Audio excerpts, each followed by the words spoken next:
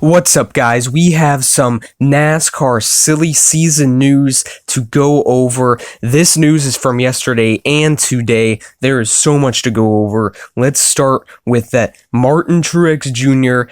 He has an announced crew chief for next year. We already knew that Cole Pearn is retiring, and the crew chief for Martin Truex Jr. in 2020 will be James Small, who was the lead engineer over there this year and was also with Martin Truex Jr. for Furniture Row Racing and part of the championship team in 2017. He was over at Furniture Row Racing in 2016, ever since they were Toyota, and he's been with him ever since, moved the transition to Joe Gibbs Racing with him, and yeah, now he is going to be the crew chief. He is from Melbourne, Australia, and Jeff Curtis will be the new lead engineer, and Blake Harris will be staying as the car chief. Now, James Small will be the crew chief. This is his first full season as a crew chief ever, but he was a crew chief as a fill-in for Eric Jones when he was with Furniture Row Racing in the 77 in 2017, and they got a second place and a 10th place finish in those races. So that's really good for James Small right there. And yeah, he was an engineer on both Furniture Row cars in 2017, Jones and Truex. That was their championship year with Martin Truex Jr. And James Small, the new crew chief for Martin Truex Jr. in 2020. It didn't take too long to be announced, which is quite interesting. They're going with the lead engineer over there and not like another crew chief, because he's going to be a rookie crew chief. And Truex says that he works a lot like Cole Pearn, so we'll have to see what happens. Taylor Gray will be full-time ARCA for DGR Crosley in the number 17 Ford Fusion. Remember, they switched to Ford starting at 2020. Taylor Gray, I feel like he's a pretty decent driver. He will be teammates with Hailie Deegan and probably some more people that are yet to be announced. MBM Motorsports are scaling their Xfinity Series team down to 2 full-time cars with Timmy Hill and Chad Fincham as their full drivers. Timmy Hill will be in the 66 Xfinity car at Daytona, and Fincham will be in one of the other cars, as MBM will also have a third car at Daytona and hopefully can get through the first 5 races running 3 cars.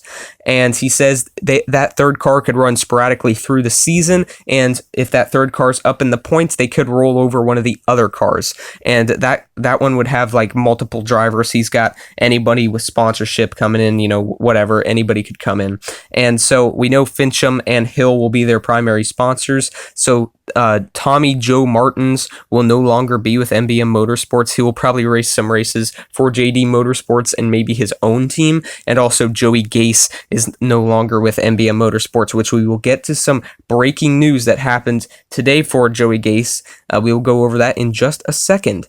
Diversified Motorsports Enterprises has officially completed the purchase of JJL Motorsports, and Jesse Little will seem to be their primary driver, and they hope to run most of the races in the Truck Series this year.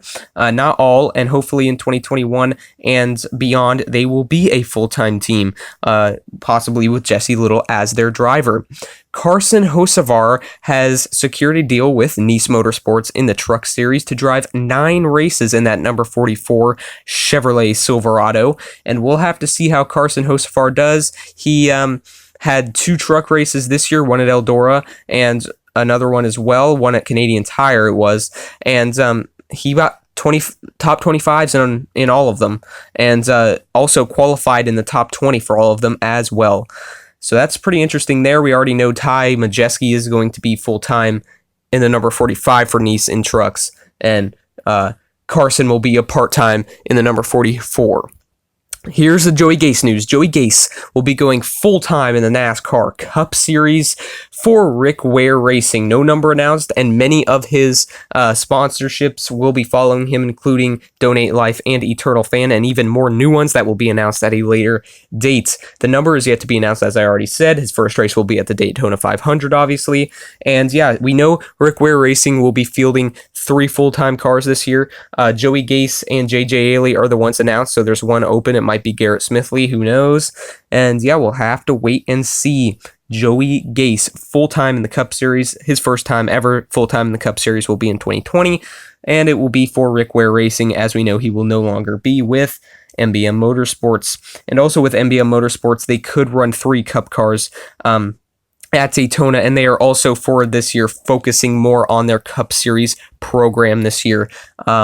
And it was just, Carl Long had to lay off people because he just had too much.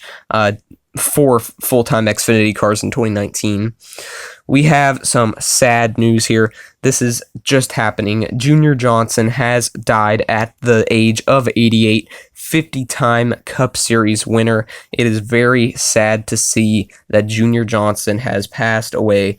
And he will forever be a NASCAR legend. His team was a legend. He was a legend as a driver and an owner in the NASCAR series, Cup Series especially. And it's just, it's sad to see with Junior Johnson passing away at the age of 88. So many people dying lately, man. That's really sad to see there.